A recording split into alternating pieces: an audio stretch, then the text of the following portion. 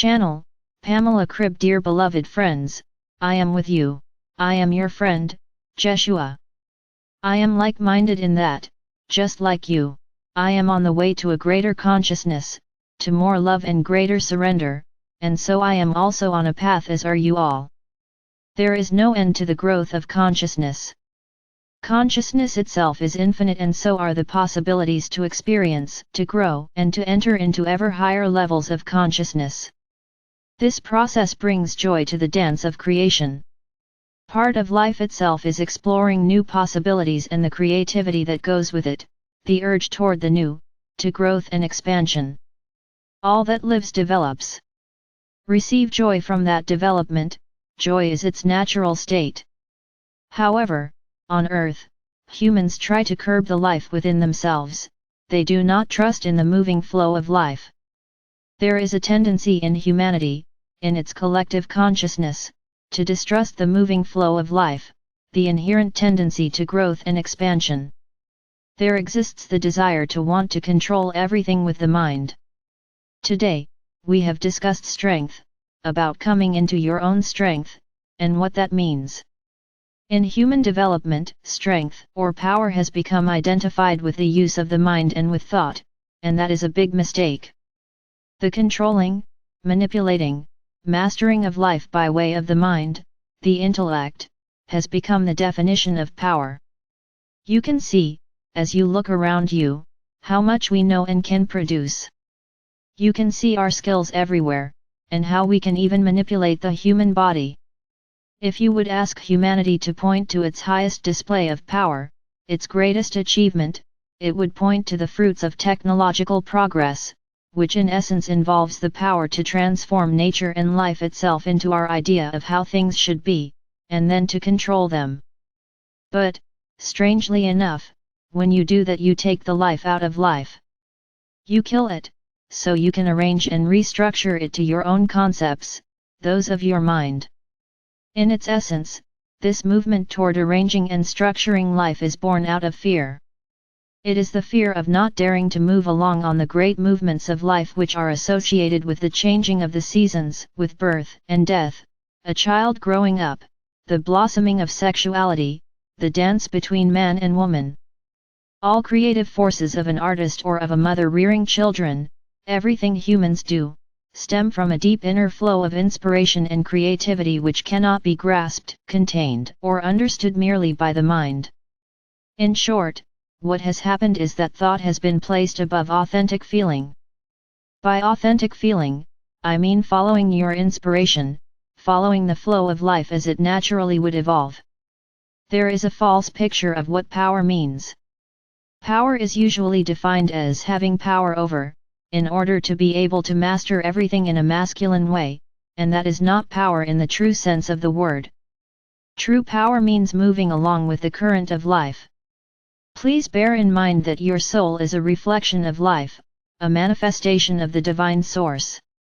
If you see life, with a capital L, as a current that permeates everything and is present in everything, the life that moves, grows, and forms boundaries, that moves from the undifferentiated to the differentiated, then the soul is that part of life which belongs to you. The soul is unique and your own, and there you are at home. The soul is your part of life. Your soul is taken up in this large current and does not stand separate from it, it is part of the whole. Yet your soul is unique, a distinct being that makes you who you are. The soul wants to develop itself just as life develops, knows, and understands itself. And especially, the soul desires to experience, to their depth, all the feelings that are to be had. The soul is not selective and wants both the dark and the light. The soul is very curious and wants to know, to experience, and to arrive at understanding, which is why an individual soul on its way through life always seeks extremes. In one life, this might happen more than in another, in one incarnation more than in another, but a unique soul can, and has to, come to inner growth. It cannot just adapt to the things imposed by human laws. So curiosity and adventurousness belong to you as a soul. What then does power in its full meaning imply? What does it mean to be in your power? I would like to define it as trusting your own soul. And that takes courage, because your soul is different, individual, and unique. This trust in your own soul asks for a radical commitment. You do not compare yourself with what is out there and how other people see it or not see it. You do not allow some law or theory from the past or from outside you to decide what is right for you, but that you truly listen to your inner voice. Feel what moods are moving deep within you. Listen to the waves of that sea and rely on the elemental forces within it. You can also see it this way: when you are in an earthly body, you have to deal with the personality which you have, which feels as if that is who you are. In the past, this was also called the ego. I use these words in a very neutral sense, without the labels of good or bad. You have a certain personality, which is derived from your genes, from what you have inherited biologically from your parents, from your upbringing. You have a certain temperament. But in the personality also lives fear. A personality wants to save itself, wants to survive. There are all kinds of survival mechanisms in your personality, and that is because the personality has grown up and been raised with anxiety. Fear permeates your society, even if things are now getting better. In addition to a personality, you also have a soul, which is the ultimate source of your existence here, the source of your presence in life. Your soul wants to inspire you and wants to merge with you as an earthly personality. Your soul desires to grow through your personality, to extend itself and to experience all things. But if your personality has the upper hand, and you merely think and act from your personality, thus from the fear and pain of the past, then your soul does not have enough room for free play. I define power as surrendering to your soul, making space for your soul, and so for a force, a wave, or movement which cannot be controlled with your personality. Your personality wants to control, wants to know, understand, organize, and, above all, wants predictability and safety. The soul, however, does not always offer safety, because the soul wants to grow, wants to transcend boundaries, and wants to gain new experiences. The personality lives more often under the dictates of fear from the past, by what your parents felt and by what the collective human ideas are. So there is always a tension between the personality and the soul, the old and the new, but coming into your power means surrendering to the new, the power of the soul.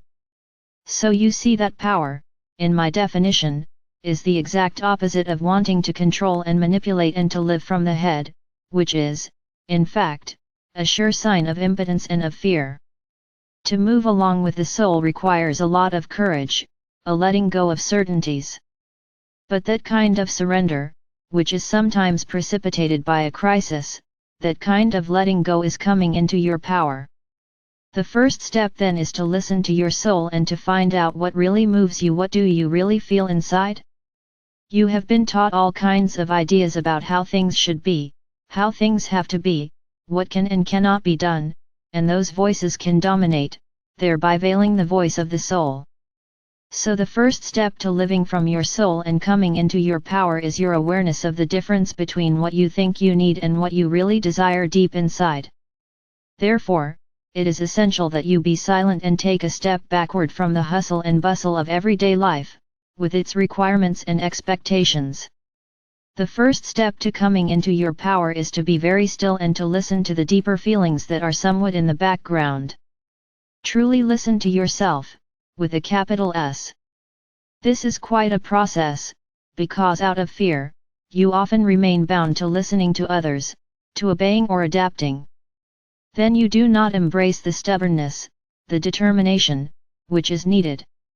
So make room for yourself, and take a radical turn inward.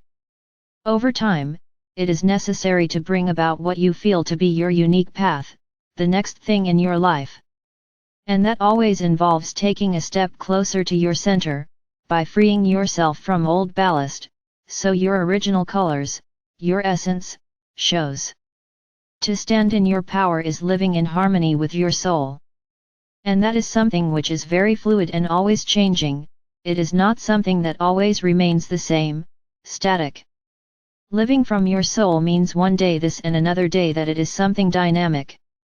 I ask you to now connect with your soul consciousness. Just let go of who you think you are with all your limitations and fears. Think big. Imagine that in the middle of your heart lives a force that is in accordance with life itself, with the nature in you and outside you, a total natural force that is not afraid. Imagine how that power extends from your heart all throughout your body, upward and downward. If you feel that power, that strength inside, you might also experience that it is part of a larger whole, a larger flow. That power of your soul is linked with other forces, with an interplay of powers. Sense if you can feel this as a wave in the sea. You are a wave that is making a certain movement, yet you are part of the sea. Feel the various movements that flow around you in this bigger field.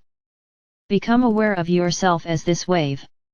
See, as if from this one wave that you are, there appears an image, a color, a word, or a feeling that says something about the next step that is good for you. You are listening for your soul. Imagine that you are on a wave that gathers all its force and then slowly rolls up and over. In total surrender, the leading edge of the wave turns downward and flows out onto the beach. To come into your strength means to trust this movement, to trust in this wave, to go along with the movement, and to do what your soul asks of you. Thank you so much for your attention.